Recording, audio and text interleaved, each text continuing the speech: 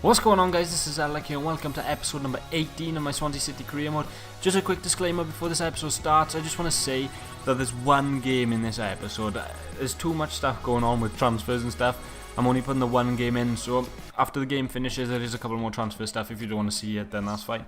We get an offer in here for Fernando Llorente, 6 million. I wasn't really happy with that. He's worth 7.5. And I said this a while ago, like I don't really enjoy using Llorente.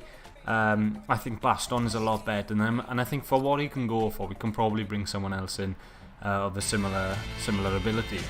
But on to our first game of the episode, or in fact our only game of the episode. We've got Southampton up at home at the Liberty Stadium. I can't wait to be playing back in the sun again. I hate these dreary nights, but look at that table. That is a good sight. We're 9 points above Manchester United in second place. Leicester up in third. Got the usual team starting. I've played this team a lot this season, apart from one change. We've got Andrew Robertson coming in for Stephen Kingsley in at left back. He's making his Premier League debut for us. He has played a couple of games for us before, but they've all been in the Cup. This is his Premier League debut.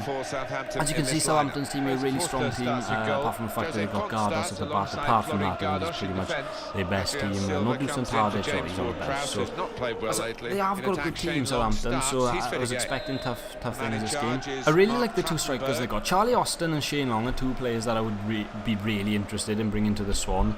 But we've got Borja Baston and Llorente.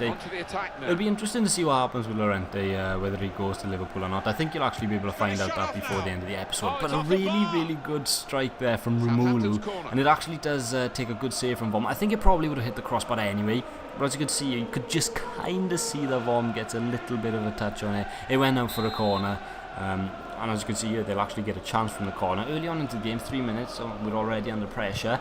A massive shambles in the box, but Sigurdsson just managed to clear it to Fair, who passes it along to Moda Barrow. We tried taking on Classy for pace there, but that's just not working. Somehow Barrow wins the ball back and he'll go on the attack. Ryan Bertrand dives in way too early there, so Barrow comes inside. He'll give it to Memphis, or Baston rather, into Memphis, who'll play through to Gylfi Sigurdsson. Good chance here early on, and it's a good save from Foster. He claims the rebound as well. It was a good chance early on, and like I said, it's high action stuff. 12 minutes in, we've already got another highlight. Leon Britton on the ball into Leroy Fair. He plays a good pass into Barrow, and he's come inside the defender. Boda Barrow, and he puts it wide. I just said Boda Barrow. He should have scored that. He comes inside really nicely there, and the finish is just wide. That's the only part of his game probably we can work on. I probably should trade him on his finishing and whatnot, but Southampton pushing forward now this time. It's Dean Davis on the ball. Into Shane Long, a good pass out wide to Ryan Bertrand. He passes it back into Davis, and that's always going to be a hard angle to score from. Ryan Bertrand was quite the player in this game. He's always overlapping on the left side, and he was always seemed to be in space. But Memphis Depay on the ball now. Speaking of their fullbacks, Cedric, really poor challenge there. Memphis has won a couple of penalties for us this year. That was a Stonewall penalty. The only question whether it was whether it was inside the box or outside the box. But you can see there, just inside the box, and Gylfi Sigurdsson will step up to take up against Fraser Forster, who's like 6'6". Where will we decide to put it? We've chipped it down the middle last time with Sigurdsson. This time we'll go bottom left, and we'll score.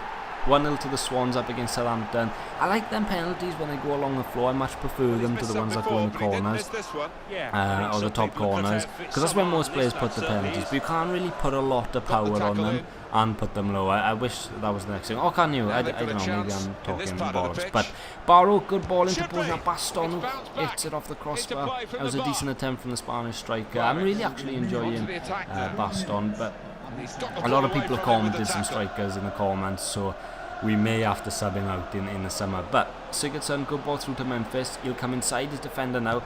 Takes a shot. Good save from Fraser Forster. And Baston trying to keep the chance alive. It's a good pass back to Leroy Fair. And that's a team effort, and that'll sum up the first half. 1-0 going into the half time. But it's not bad. When you're playing the likes of Charlie Austin and Shane Long, your main aim is to try and keep a clean sheet. And half time, I'll take it. As you can see in the top left there, Icardi going to Chelsea.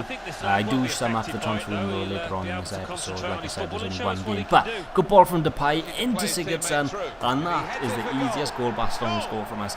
Fair play to Baston. He was actually the player that started the move. He played the wonderful ball over to Memphis. Took a lovely touch, passed it through to Sigurdsson, and Sigurdsson literally waited for the last moment before he put that cross in. I'm guessing it was just a little bit too high or a little bit too powerful for the keeper to come and claim it. But Baston in at the back post, 10th goal of the season. Like I said, fair play to him. He played the first ball and then he got himself into the box to try and finish the chance, and he did that well. Shane Long on the ball now. Southampton trying to get something back from the game. Silva with a pretty poor attempt. Vorm easily saves that one. Well, it goes out for a corner, so it wasn't that easily saved. Baston with the ball here. Lovely ball, just teasing the Southampton defence to come and get in. And Andrew Robertson on his Premier League debut for the Swans gets our 3rd goal of the game, his 1st goal of the season. And yeah, like I said, on his first Premier League game for the Swans, it's such a good ball from Baston. It kind of like teases the Southampton defence to come and go for it.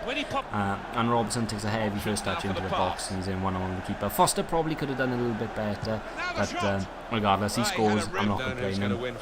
As you can see, Southampton have had a couple of chances. They're more half chances than anything, but they are trying to get a goal back, I guess, obviously. Nathan Dyer getting through on goalie up against his former club, and what a finish that is from the right winger. I've been a little harsh on Dyer, as you can see there, didn't celebrate up against his former club. I've been a little harsh on Dyer, even though Model Barrow has been doing good for us in at the right wing. I haven't been playing Dyer enough, in my opinion. I've brought him off the bench a load of times, but I think he deserves a starting spot. So I don't know, let me know what you think. As you can see here, we've got a 9-on-1 situation, or what is it, like a 6-on-1 situation. Wayne Rutledge into Bojan Baston. Great save from Foster. It comes nicely to Nathan Dyer. He'll play it back into Baston, and he misses. I don't know how, but if it was not 4-0, I'd have been extremely annoyed at that. We're still trying to get another goal here late on into the game, 90th minute. Dyer into Norton, into Depay, and that was so close, as you see from the replay here. Look how close this comes. It's just always on the rise when he hits it on that kind of volley. But look how close that is from going in and making it 5-0. Southampton trying to get forward, but that's going to be it for the game. That's going to be it for the only game of this episode. There is some more video, but if you want to click off now, then I completely understand. However, we have got a sign in to come.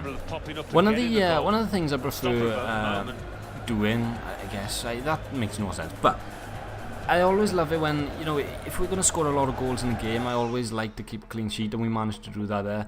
As you can see, we're on transfer deadline day. Some of the top signings in the bottom right corner. Harry Kane, 60 million to United. Jan Oblak to Arsenal. I think that Jan Oblak one must have been 65 million, and when I played Arsenal, he was on the bench. It's 65 million for a bench player. As you can see, Icardi there. I've just been talking about the transfers in the bottom right. If you want to go back and see all the club signings, I've just gone through them on the left hand side of the screen. As you can see, Liverpool signed Witsel on a pre-season contract. Someone actually commented that to me, saying I should sign him on a pre-season contract, but Liverpool have already snapped him up. Leicester signed Berahino as well. As you can see here, Southampton signed Romulo. Tottenham Hotspur, Spurs, selling Harry Kane there. Not a lot of teams are busy. Not a lot of teams are busy in the January transfer window. As you can see there, West Brom bringing in our Matt from us. But yeah, like I said, if you want to go back to whenever that started, you can see all the transfers from all the Premier League teams. As you can see here, I'm just trying to sum up. Cesar Azpilicueta to Juventus, that's a pretty big signing. Bernard here to Paris Saint-Germain. There weren't too many big transfers in January that aren't in real life, but Jan Oblak, 65 million, I can't believe that, I didn't even realise. But Liverpool wanted to pay 8 million, I said 8.8 and you can have him. And as you can see, we still got the Mohamed El Neni contract offer agreement there. Fernando Llorente goes, 6.5 million's been allocated to us. I'm kind of sad, but to replace him as the second string striker for the team, we actually decide to inquire about Joshua King. We did actually try and sign Jujak as well, or however you pronounce it, but Josh King, 60k a week, that is expensive for the ex-Manchester United player, but we decided to pay it, and as you can see here, we sign him. I think he's a 73 rated. He won't be in a starting team, but he's a decent player to bring on off the bench. He's got a lot of pace. He offers something different to Baston, I think, in my opinion. And as you can see here, we get a youngster, Connor Roberts, out on loan to Bradford. I know Matty will be happy with that one. As you can see, Pastore goes to Bayern Munich down in the bottom right, but we get no more business done. It's just Joshua King in, Fernando Llorente out, along with the loan signing. But thank you for watching episode 18. There'll be 2 games in the next episode. It'll probably be out Monday. Thank you all for watching. My Twitter's down below if you want to leave me any feedback or whatever. And yeah, peace.